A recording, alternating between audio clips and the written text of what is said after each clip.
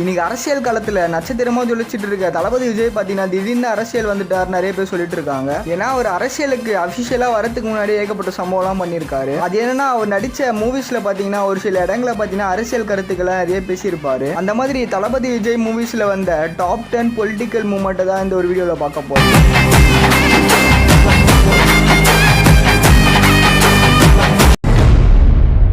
1999 திருநெல்வேலி மாவட்டம் மாஞ்சோலையில் டீ எஸ்டேட்டில் நிறைய பேர் வேலை செஞ்சுருந்தாங்க. அதில் நிறைய பேர் ஏழை தொழிலாளர்கள் தான். அவங்க கவர்மெண்ட் கிட்ட ஒரு சில கோரிக்கைலாம் வச்சுருந்தாங்க. அந்த கோரிக்கைலாம் என்னென்னு பார்த்தீங்கன்னா, ஒரு நாளைக்கு 8 மணி நேரம் மேலே வேலை செய்ய முடியாது, அவங்க சம்பளத்தை 70லேருந்து 100 ரூபாய் ஏற்றணும்னு நிறைய கோரிக்கைலாம் இந்த மாதிரி நிறைய வச்சுருந்தாங்க. மக்கள்லாம் சேர்ந்து கலெக்டர் கிட்ட போய் இந்த மனுவை கொடுக்க போனாங்க. அப்போ பார்த்தீங்கன்னா மக்களுக்கும் போலீஸுக்கும் ஒரு சில வாக்குவாதம்லாம் வந்து தடியடிக்க ஆரம்பிச்சிட்டாங்க. அதில் மக்கள்லாம் தப்பிச்சு அங்கங்கே ஓட ஆரம்பித்தாங்க. கலெக்டர் ஆபீஸ் பக்கத்துல இருக்கிற ஒரு ஆறுல எல்லாருமே குதிச்சு தப்பிச்சு போனாங்க. இந்த ஒரு சம்பவத்துல ஒரு குழந்தை உட்பட 17 பேர் அநியாயமா இறந்து போனாங்க. தமிழ்நாட்டு வரலாற்றோட ஒரு கருப்பு நாளாவே இந்த ஒரு நாள் அமைஞ்சுது. இதுக்கப்புறமா 3 வருஷம் கழிச்சு விஜய் நடிச்ச தமிழன் படமும் ரிலீஸ் ஆச்சு. அதுல வர ஒரு சீன்ல பாத்தீங்கன்னா மாஞ்சோலை தொழிலாளர்களுக்கு சப்போர்ட் பண்ற மாதிரி ஒரு சீனே வச்சிருப்பாரு. இந்த ஒரு சீனால பொலிட்டிக்கலா எதனா ப்ராப்ளம் வரும்னு மாஞ்சோலை பதில் பூஞ்சோலைன்னு வச்சிருப்பாரு. நாங்கெல்லாம் பூஞ்சோலை எஸ்டேட்ல கடந்த 15 வருஷமா வேலை பார்க்கிறோம். 3 மாசம் வேலை பார்த்தா 3 நாள் கட்டாய லீவ் கொடுப்பாங்க. ஆனா இப்போ நிரந்தரமா எங்களெல்லாம் வேலையை விட்டு போக சொல்லிட்டாங்க. இவங்களை நிரந்தரமா வேலைக்கு வச்சா இஎஸ்ஐ ப்ராவிடன்ட் ஃபண்ட் ஏகப்பட்டது கொடுக்க வேண்டியிருக்கும். இதெல்லாம் அவாய்ட் பண்றதுக்காக பெரிய கம்பெனி முதலாளிங்க இப்படி எல்லாம் பண்றாங்க. இன்னைக்கு நம்ம சென்னை கோவில் நடக்கிற நிறைய பிரச்சனைகளை பார்த்தீங்கன்னா அன்னைக்கே தளபதி பேசியிருக்காரு. 5 வருஷத்துக்கு ஒரு தபா எம்எல்ஏ வருவாரு.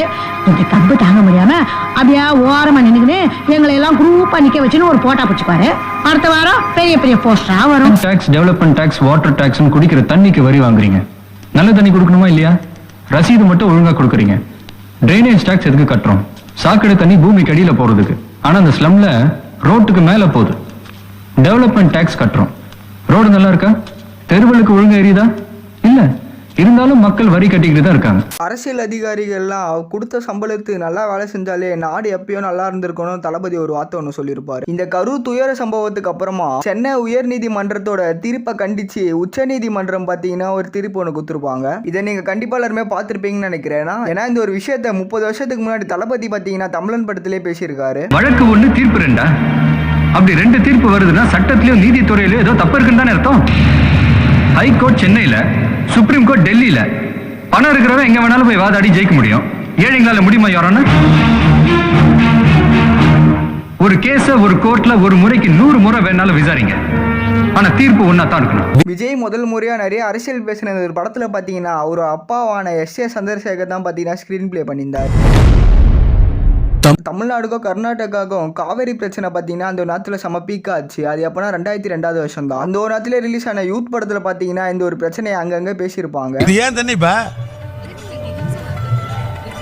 இந்த உலகத்துல காத்து, தண்ணி, வானம் இது 3 எல்லாருக்கும் பொது. அதை ஏன் தண்ணி, ஏன் காத்து தரமாட்டேன், விடமாட்டேன்னு பக்கத்து ஸ்டேட்கார மாதிரி பேசுறது ரொம்ப தப்பு. டீ கடையில் உட்காந்துக்கிட்டு வெட்டியா ஊர் நியாயம் பேசுறதுனால தான் குடிக்க தண்ணி கூட இல்லாமல் இருக்கும். போய் வேலையை பாருங்க. விஜயோட இந்த ஒரு கமர்ஷியல் படத்துல பாத்தீங்கன்னா அரசியல்லாம் அங்கங்க நிறைய பேசியிருப்பாங்க. தமிழ்நாடு பொறுத்தளவுக்கு பார்த்தீங்கன்னா எலெக்ஷன் டைமில் 75% பேர் மட்டும்தான் ஓட்டு போடவே வராங்க. மீதி 25% பார்த்தீங்கன்னா யாருமே ஓட்டு போட வீட்டிலேருந்து வெளில கூட வரமாட்டாங்க. அந்த 25%ல் பார்த்தீங்கன்னா பாதிக்கு மேலே ஃபர்ஸ்ட் டைம் ஓட்டர்ஸ் தான் இருக்காங்க. அதாவது 19லேருந்து 25 வயசுக்குள்ளே இருக்கிற பீப்புள் தான் இருக்காங்க. அவங்க எல்லாருமே ஓட்டு போட வீட்டை விட்டு வெளில வந்தாலே நிறைய ஆட்சி மாற்றம்லாம் கண்டிப்பாக நடக்கும். எலெக்ஷனில் மக்கள்லாம் ஓட்டு போகிறதுக்கு ஒரு அவேர்னஸே ஒரு படத்தில் கிரியேட் பண்ணியிருப்பாரு. அந்த படம் தான் பார்த்தீங்கன்னா மாஸ்டர். இந்த ஒரு படத்தில் தளபதி காலேஜில் கண்டிப்பாக எலெக்ஷன்லாம் நடந்தே ஆகணும்னு சொல்லியிருப்பாரு. அப்போ தான் ஸ்டூடெண்ட்ஸுக்கு எலெக்ஷன் மேல ஒரு அவேர்னஸ் கிரியேட் ஆகும்னு தளபதி நிறைய ஸ்பீச்லாம் கொடுத்துருப்பாரு அந்த ஒரு படத்துல. மாஸ்டர் மாதிரி ஒரு கமர்ஷியல் மூவில இந்த மாதிரி ஒரு சீன்ல வைக்கணும்னு அவசியமே இல்லை. ஏன்னா எலெக்ஷன் பத்தி ஒரு அவேர்னஸ் கிரியேட் பண்ணணும், மக்களுக்கு இந்த அரசியலை எடுத்துட்டு போனோம் தான் விஜய் இந்த மாதிரி ஸ்பீச்லாம் கொடுத்துருக்காரு. முதல்ல சர்வீஸ்ன்றது அவனுக்கு தெரியணும். காலேஜ் படிக்கும் போதே இந்த எலெக்ஷன், கேன்வாசிங், லீடர்ஷிப் இதை பத்திலாம் தெரிஞ்சுக்கிட்டாதான் நாளைக்கு ஸ்டேட், சென்ட்ரல் எலெக்ஷனை பத்தி ஒரு அவேர்னஸ் வரும். காலேஜ் படிக்கிற மாணவர்கள் தான் ஃபர்ஸ்ட் டைம் ஓட்டர்ஸ். அவனை சரியா சிந்திக்க விட்டாதான் அடுத்த தலைமுறைக்கு ஒரு நல்ல தலைவன் கிடைப்பான். ஒரு நல்ல தலைவன் உருவாகிறதுக்கும் இல்லை ஒரு நல்ல தலைவனை சூஸ் பண்றதுக்குமான பக்குவம் அவங்களுக்கு வரும். தமிழ்நாடு மட்டும் இல்லை, இந்தியா முழுக்கவே நம்ம ஏழை பணக்காரன்ற வேறுபாடை தாண்டி நம்ம எல்லாத்துலயும் ஒரு பிரச்சனை இருக்குன்னா அது கலப்படம் தான். இப்போ வர இந்த காலத்துல பாத்தீங்கன்னா பால்ல இருந்து நம்ம சாப்பிட்ற எல்லா அத்தியாவசிய தேவை பொருட்கள்ல பாத்தீங்கன்னா எல்லாத்துலயுமே கலப்படம் பண்றாங்க. இந்த ஒரு பிரச்சனையை பாத்தீங்கன்னா தளபதி 20 வருஷத்துக்கு முன்னாடி வந்த மதுரை படத்திலே பேசியிருக்காரு. படத்துல கரெக்டரா ஒரு விஜய் பாத்தீங்கன்னா கலப்படம் பண்ற இடத்துல நேர்ல போய் ரைடு விடுறாரு. குழந்தைக்கு வாங்குற பால் பாக்கெட்ல இருந்து வயசான பாட்டிக்கு வாங்குற மருந்து மாத்திரை வரைக்கும் தான் வாங்குற ஒவ்வொரு பொருளும் ஒரிஜினல் மக்களுக்கு நம்பிக்கை வர்ற வரைக்கும் என்னோட நடவடிக்கை தொடரும். நம்ம இந்தியாவே பத்தி எரிஞ்சிட்டு இருக்கிற ஒரு ரீசன்ல ஒண்ணுதான் பாத்தீங்கன்னா நம்ம தமிழ்நாட்டுல உருவாக்குன போலி இரும்பல் மருந்தை பாத்தீங்கன்னா மத்திய பிரதேசத்துல போய் வித்துருக்காங்க. இதனால பாத்தீங்கன்னா ஏகப்பட்ட குழந்தைகள்லாம் பாத்தீங்கன்னா இறந்துருக்காங்க. இந்த ஒரு விஷயத்த பாத்தீங்கன்னா மதுரை படத்திலே பேசியிருப்பாரு தளபதி. கொலை கொள்ள கற்பழிப்பை விட 1000 மடங்கு கிரிமினல் தானே இந்த கலப்படம். இன்னைக்கு ஊர்ல திருமண மூலையெல்லாம் ஹாஸ்பிட்டலா இருக்கு, அத்தனையிலும் கூட்டமா இருக்கு. அதுக்கு காரணம் மக்கள் சாப்பிட வாங்குற ஒவ்வொரு பொருளையும் இவனுங்க பண்ணி வைக்கிற கலப்படம். குணமாக வேண்டிய அத்தனை நோயாளிகளும் இவங்க தயாரிக்கிற போலி மருந்தால குணமாகிட்டு இருக்காங்க. இந்த ஒரு விஷயத்தெல்லாம் தளபதி எப்படி அன்னைக்கே பேசினாருன்னு, ஏதாவது ஆட்சி மாறினாலும் மக்களோட பிரச்சனை பாத்தீங்கன்னா தீராம அப்படியே தான் இருந்திருக்கு. பிராந்திக்கும் விஸ்கிக்கும் இந்த விலை தானே நிர்ணயம் பண்ணி வைக்கிற அரசாங்கத்தாலேயே அத்தியாவசிய தேவையான அரிசிக்கும் பருப்புக்கும் விலை நிர்ணயம் பண்ண முடியல. ஏன்? அது காரணம் இவனுக்கு தான். சுயலாபத்துக்காக இவனுக்கு பண்ற பதுக்கல். இந்த ஒரு படத்துல பிரஸ்ல பாத்தீங்கன்னா ஒருத்தர் வந்து ஒரு கேள்வி கேட்டிருப்பாரு. அது என்னன்னா, இவ்வளவு பெரிய பொலிட்டிக்கல் லீடர்லாம் எதிர்க்கிறீங்களே அந்த மாதிரி ஒரு கேள்வி கேட்டிருப்பாரு. அதுக்கு தளபதி ஒரு ரிப்ளை கொடுத்துருப்பாரு. அது என்னன்னு நீங்களே பாருங்க. இதெல்லாம் சேரவனுக்கு பின்னாடி இருக்கிற ஆள் பலம், ஆயுத பலம், அரசியல் பலம் இதெல்லாம் பத்தி ஐ டோன்ட் கேர்.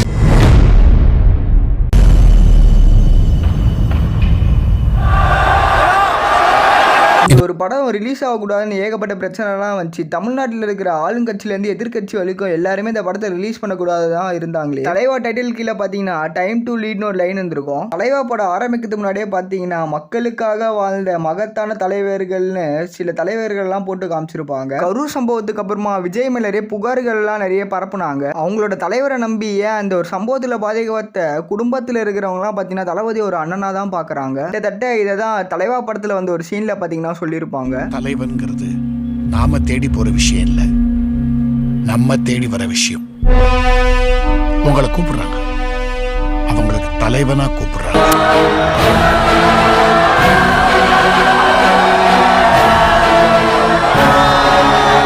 41 பேர் இறந்த விவகாரத்தில் விஜய் பார்த்தீங்கன்னா எதுவுமே வாயே திறக்கல. நிறைய பேர் இந்த மாதிரிலாம் சொல்லியிருந்தாங்க. விஜய் வந்து ஒரு தலைவராக இல்லாமல் பாதிக்கப்பட்ட குடும்பத்தில் ஒருத்தராக இருந்து மக்களுக்கு நிறைய சேவைலாம் செஞ்சார் அந்த நேரத்தில். இதை தான் அன்னைக்கு நாமுத்துக்குமார் துயர் துன்பம் தன் துன்பம் போல் எண்ணினால் வரலாற்றில் ஒரு தலைவன் உருவாகினார்னு ஒரு பாட்டே தளபதிக்காக எழுதியிருப்பாரு. துன்பம் தன் துன்பம் போல் எண்ணினால் வரலாற்றில் ஒரு தலைவன் உருவாகுவார். ஒரு ஸ்டடியோட ரிப்போர்ட் படி 2018 2020 32 பசங்க நீட் எக்ஸாம்னால அவங்க உயிரை விட்டுருக்காங்கன்னு ஒரு ரிப்போர்ட் சொல்லுது. நீட் மட்டும் இல்லாமல் இன்ஜினியரிங், ஆர்ட்ஸ், பப்ளிக் எக்ஸாம்னாலையும் இந்த மாதிரி நிறைய பேர் உயிரை விட்டுருக்காங்க. எஜுகேஷன் சிஸ்டம்னாலையும் நம்ம மாணவர்களுக்கு ஏற்படுற மன அழுத்தத்தை மூஞ்சில் அடித்த மாதிரி சொன்ன படம் தான் நண்பன். இன்ஜினியரிங் எல்லாத்துக்கும் மிஷினை கண்டுபிடிக்கிறாங்க. இந்த ப்ரெஷர் அளவுக்கு ஒரு மிஷினை கண்டுபிடிச்சிருந்தா பின்னார எல்லாருக்கும் தெரிஞ்சிருக்கும் இது சூசைட் இல்லை, கொலை இல்லை. நம்ம படிக்கும் போது ஒரு மார்க்குக்காகவோ ரேங்க்குக்காகவோ மட்டும் படிக்காமல் அதிலிருந்து நிறைய ஸ்கில்ஸ் எல்லாம் அவர் டெவலப் பண்ணணும்னு தளபதி அன்றைக்கே சொல்லியிருக்காரு. புது கண்டுபிடிப்புகளுக்கு மரியாதையே இல்லை. வெறும் மார்க்ஸ் வாங்குறதுலையும் இல்லை நல்ல வேலையில் செய்கிறதுலையும் இல்லைனா யூஎஸில் போய் செட்டில் ஆகிறதுலையும் தான் குறியாக இருக்கிறாங்க. இங்கே நிறைய மார்க்ஸ் வாங்குறது எப்படின்னு தான் சொல்லிக் கொடுக்குறாங்களே தவிர இன்ஜினியரிங் யாரும் சொல்லிக் கொடுக்குறதில்ல சார். தமிழ்நாட்டு இளைஞர்கள் நிறைய பேர் இப்போ அவங்களோட பேஷனை நோக்கி ஓட ஆரம்பிச்சிருக்காங்க. ஒரு காலத்தில் படித்தா இன்ஜினியரிங் இல்லை டாக்டருக்கு தான் பசங்களை படிக்க வைக்கணும், இல்லை அவங்களோட லைஃபை கேள்விக்குறியாயிடும்னு நிறைய பேர் நிறைய விதமாக சொல்லியிருந்தாங்க. ஏன்னா இந்த ஒரு நடைமுறையை மாற்றுறதுக்கு பெரிய இன்ஸ்பிரேஷனாக இருந்த படமும் இந்த ஒரு படம் தான். ஆகிற வரைக்கும் நீ ஆசைப்பட்ட வாழ்க்கையை வாழ முடியலையேன்னு நினச்சி வேதனைப்படுவடா. எல்லார் லைஃப்லேயும் ஒரு கட்டத்தில் எந்த பக்கம் போகிறதுன்னு முடிவு பண்ணுற ஒரு முக்கியமான சூழ்நிலை வரும். இந்த பக்கம் போனேன்னா கேம்பஸ் இன்டர்வியூ, இன்ஜினியரிங் வேலை, ஃபேக்ட்ரி வாழ்க்கை. அந்த பக்கம் போனேன்னா காடு, மிருகங்கள், ஃபோட்டோகிராஃபி. தொடர்ந்து இந்த ஒரு படத்தில் சமூகம் சார்ந்த நிறைய கருத்துக்கள்லாம் தளபதி பேசியிருப்பார். அதனாலே தளபதிக்கு இது ஒரு முக்கியமான ஒரு படமாக இருக்கும். தமிழ்நாடு பொறுத்தவரைக்கும் நம்மளோட ஆணி வேலையான விவசாயத்துக்கு அப்புறம் நிறைய மக்கள் வேலை செய்கிற இடம் வந்து பார்த்தீங்கன்னா மீனவர் சமுதாயம் தான். இலங்கை ராணுவத்தால் நம்ம தமிழ் மீனவர்கள் பார்த்தீங்கன்னா நிறைய பேர் சுட்டு கொல்லப்பட்டாங்க. நம்ம தமிழ் மீனவர்களுக்கு சப்போர்ட் பண்ணுற மாதிரி எந்த ஒரு ஆக்டருமே முன்னாடி வந்து பேசவே இல்லை. அந்த ஒரு நேரத்தில் தான் தளபதி வந்து பேசினாரு. இலங்கைக்கும் நம்மளோட மீனவர்களுக்கும் இருக்கிற பிரச்சனையை முடிச்சு வைக்க தான் தளபதி ட்ரை பண்ணாரு. இதை தொடர்ந்து கொஞ்ச நாள் கழிச்சு ரிலீஸ் ஆன சுறா படத்தில் பார்த்தீங்கன்னா தளபதி விஜய் ஒரு மீனவராக வந்திருப்பாரு. நம்ம தமிழ் மீனவர்களுக்கு சப்போர்ட் பண்ணுற மாதிரி இந்த ஒரு படமும் அமைஞ்சிருக்கும். மீனவர்கள் அன்றாட வாழ்க்கையில் நிறைய பிரச்சனைகள்லாம் சந்திக்கிறாங்க. அது எல்லாத்துலயும் இந்த ஒரு படத்துல சூப்பராகவே காமிச்சிருப்பாரு. எங்க குப்பத்தை தூரத்துல இருந்து பாத்தீங்கன்னா நிறைய வீடுங்க இருக்கிற மாதிரி தெரியும். ஆனா பக்கத்துல போய் பார்த்தா தான் தெரியும் அதெல்லாம் வீடு இல்லை, வீடு மாதிரின்னு. மழை காலத்துல மற்றவங்களுக்குலாம் வீட்டுக்கு வெளியே தான் மழை பெய்யும், ஆனா எங்களுக்கு வீட்டுக்குள்ளேயும் பெய்யும். கரூர் பிரச்சனைக்கு அப்புறமா தளபதி மேல நிறைய புகார்கள்லாம் கொடுத்தாங்க. இது எல்லாத்தையும் கொடுத்தது பாத்தீங்கன்னா இப்ப இருக்கிற ஆளுங்கட்சி தான். இந்த மாதிரி எதிர்ப்புகளுக்கெல்லாம் பதில் சொல்ற மாதிரி அப்பயே அந்த சுறா படத்திலேயே காமிச்சிருப்பாங்க நிறைய சீன்ஸ்ல. இதுல என்ன காமெடினா தன்னோட தலையில தானே மண்ணை வாரி போட்டுக்கிறது தான். ஆளு, அதிகாரம், பணம், பதவின்னு சகலமும் இருக்கலாம். என்கிட்ட நேர்மை இருக்கு, நெஞ்சில தில் இருக்கு.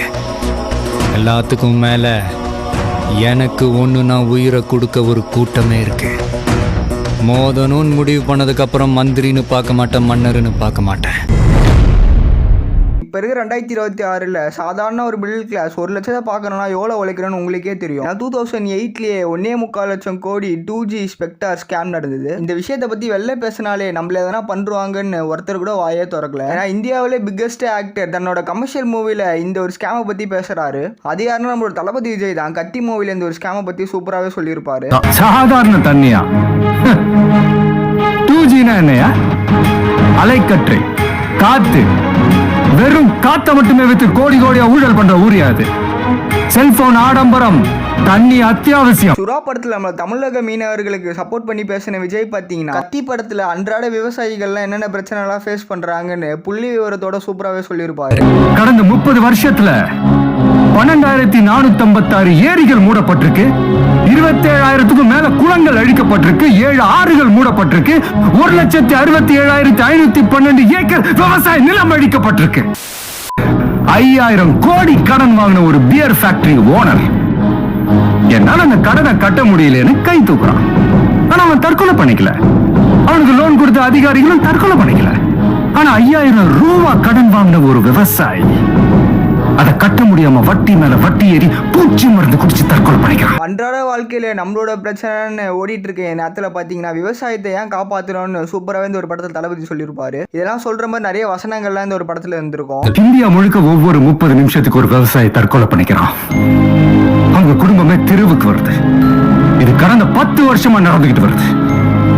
அவங்களோட பரம்பரையை உங்களுக்கு சாப்பாடு போடுறதுக்காக வாழ்ந்த குடும்பம் கொஞ்சம் கொஞ்சமா அழிஞ்சுக்கிட்டு வருது. நம்ம சாப்பிட்ற சாப்பாடுக்கு அடையாளமா அரிசி விளையிற காவேரி டெல்டா பகுதியில தஞ்சாவூர் நாகப்பட்டினம் மாவட்டத்துல அடியிலிருந்து மீத்தேன் கேஸ் எடுக்கிறதுக்கு தனியாருக்கு ஒப்புதல் கொடுத்தது நம்ம கவர்மெண்ட். இதனால ஏகப்பட்ட விவசாயிகள் பாத்தீங்கன்னா கண்ணீரோட போராடினாங்க. ஏன்னா அந்த அளவுக்கு அந்த போராட்டம் ரீச்சே ஆகல. இந்த ஒரு பிரச்சனையை பாத்தீங்கன்னா கத்தி படத்துல விஜயே பேசியிருப்பாரு. இந்த ஒரு படத்தினாலதான் இந்த ஒரு விஷயம் பாத்தீங்கன்னா எல்லா மக்களுக்குமே போய் சேர்ந்துச்சு. மீத்தேன் வாயு அது எடுக்கிறதுக்காக தஞ்சாவூர் நாகப்பட்டினம் 2 டிஸ்ட்ரிக்ட்லயும் 1,64,819 ஏக்கர் நிலப்பரப்ப ஒரு மல்டிநேஷனல் கம்பெனி அழிக்க போகுது. அந்த விவசாய குடும்பம் எல்லாம் பசியில சாக போகுது. 2017 ஜிஎஸ்டி வந்ததுக்கு அப்புறமா பணக்காரங்களை எந்த பாதிப்புமே சந்திக்கல. ஏன்னா பாதிக்கப்பட்டதெல்லாம் யாருன்னு பாத்தீங்கன்னா சிறு வியாபாரியும் மக்களும் தான். தமிழ்நாட்டில் அரசியல் லாபத்துக்காக ஒரு சில கட்சியெல்லாம் பாத்தீங்கன்னா ஜிஎஸ்டி எதிர்த்தாங்க. உண்மையா சுயநலம் பார்க்காம இந்த ஒரு விஷயத்தை யாருமே எதிர்க்கவே இல்லை. யார்கிட்ட இருந்து ஒரு குரல் கூட வரல தான் சொல்லி ஆகணும். கிட்டத்தட்ட 120 கோடி பட்ஜெட் போட்டு எடுத்த ஒரு படத்துல அன்னைக்கு ஆளுங்கட்சியா இருந்த சென்ட்ரல் கவர்மெண்ட் எதிர்த்து மெர்சல் படத்தை தளபதி தன்னோட கருத்தை தைரியமா சொன்னாரு. 7% ஜிஎஸ்டி வாங்குற சிங்கப்பூர் மக்களுக்கு மருத்துவத்தை இலவசமா தர்றப்போ 28% ஜிஎஸ்டி வாங்குற நம்ம அரசாங்கத்தால ஏன் மருத்துவத்தை இலவசமா தர முடியல? மெடிசனுக்கு 12% பல தாய்மார்களோட தாலி இருக்கிற சாராயத்துக்கு ஜிஎஸ்டி கிடையாது. நம்ம ஊர்ல கவர்மெண்ட் ஹாஸ்பிட்டல்ல ப்ராப்பரா மருத்துவம் பண்ணாததையும் இந்த ஒரு படத்துல சூப்பராகவே பேசியிருப்பாரு. இலவசமா டிவி, கிரைண்டர், மிக்சி, ஃபேனு, ஓட்டு காலுக்கு 5,000 ரூபாய்லாம் கொடுத்த ஊர் சார் நம்ம ஊரு. மருந்து மாத்திரை கொடுக்க முடியாதான்னு தலை சிறந்த டாக்டர்களை உருவாக்கி 34 வெளிநாடுகளுக்கு அனுப்பி வைக்கிற லிஸ்ட்ல இந்தியாவுக்கு முதலிடம். ஆனா அதே சமயம் தன்னோட சொந்த மக்களுக்காக தரமான மருத்துவத்தை தர நாடுகளோட வரிசையில் இந்தியாவுக்கு 112வது இடம். ப்ராப்பர் மெடிக்கல் குவாலிஃபிகேஷன் இல்லாத டாக்டர்கள் மட்டுமே நம்ம நாட்டில் 57.3%. ஒரு வருஷத்துல இந்தியாவில் நடக்கிற மெடிக்கல் எரர்ஸ் மட்டும் எவ்வளவு தெரியுமா? 52. கவர்மெண்ட் ஹாஸ்பிட்டலோட வளர்ச்சியோட பற்றாக்குறையினால தான் இந்த பிரைவேட் ஹாஸ்பிட்டல்லாம் வளருதுன்னு அன்னைக்கே தளபதி சொல்லியிருப்பாரு. நம்ம நாட்டோட நம்பர் 1 அரசு மருத்துவமனையில ஆக்சிஜன் சிலிண்டர் இல்ல. என்னடா காரணம் கேட்டா 2 வருஷமா அதை சப்ளை பண்றதுக்கு பணம் பாக்கி.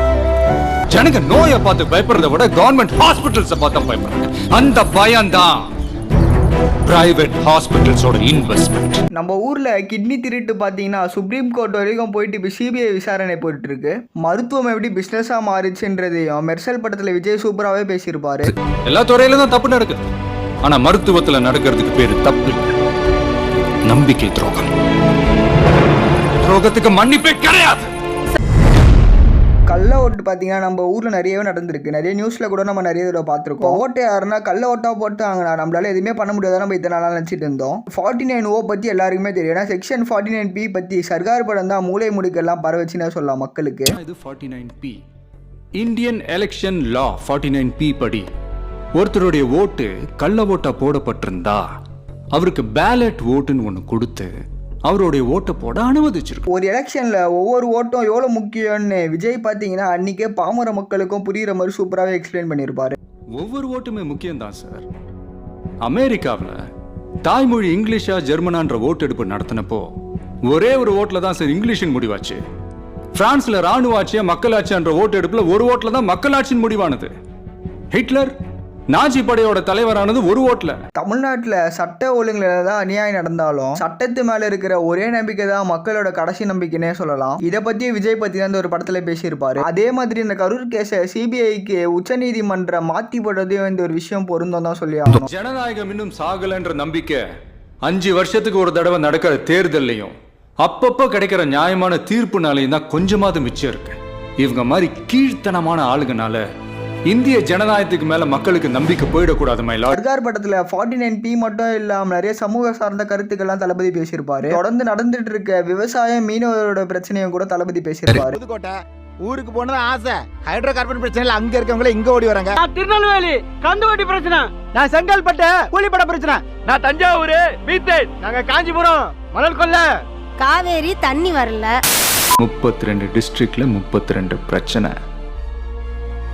சொந்த ஊர்லயே அகதியா வாழ்ந்துகிட்டு இருக்கோம். இதுக்கு மேலேயும் பொறுத்தா உடம்புல இருக்கிற துணியை கூட உருவிடுவான். எது எப்படியோ இங்க பிராண்டா மாறி போன ஒரு சில அரசியல் கட்சிங்கெல்லாம் பாத்தீங்கன்னா தளபதியோட வருகையினால் எல்லாருமே பதறி அடிச்சு போயிட்டு இருக்காங்க. பிராண்டிங். அந்த பிராண்ட் அழிக்கிறதுல தான்டா நான் ஸ்பெஷலிஸ்ட்.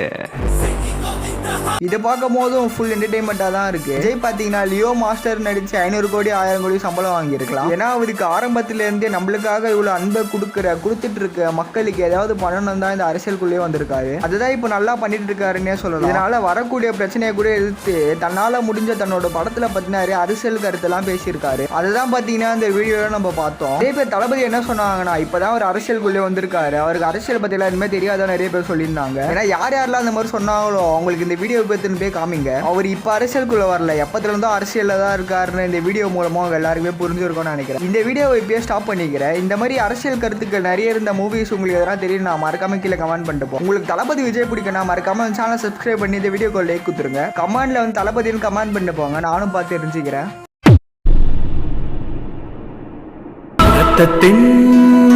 ரத்தமே என் இனிய உடன் பிறப்பே. உங்களோட இந்த அன்பை விட, இந்த பாசத்தை விட, உங்களை விட எனக்கு இந்த உலகத்துல வேற எதுவுமே பெருசா தெரியல.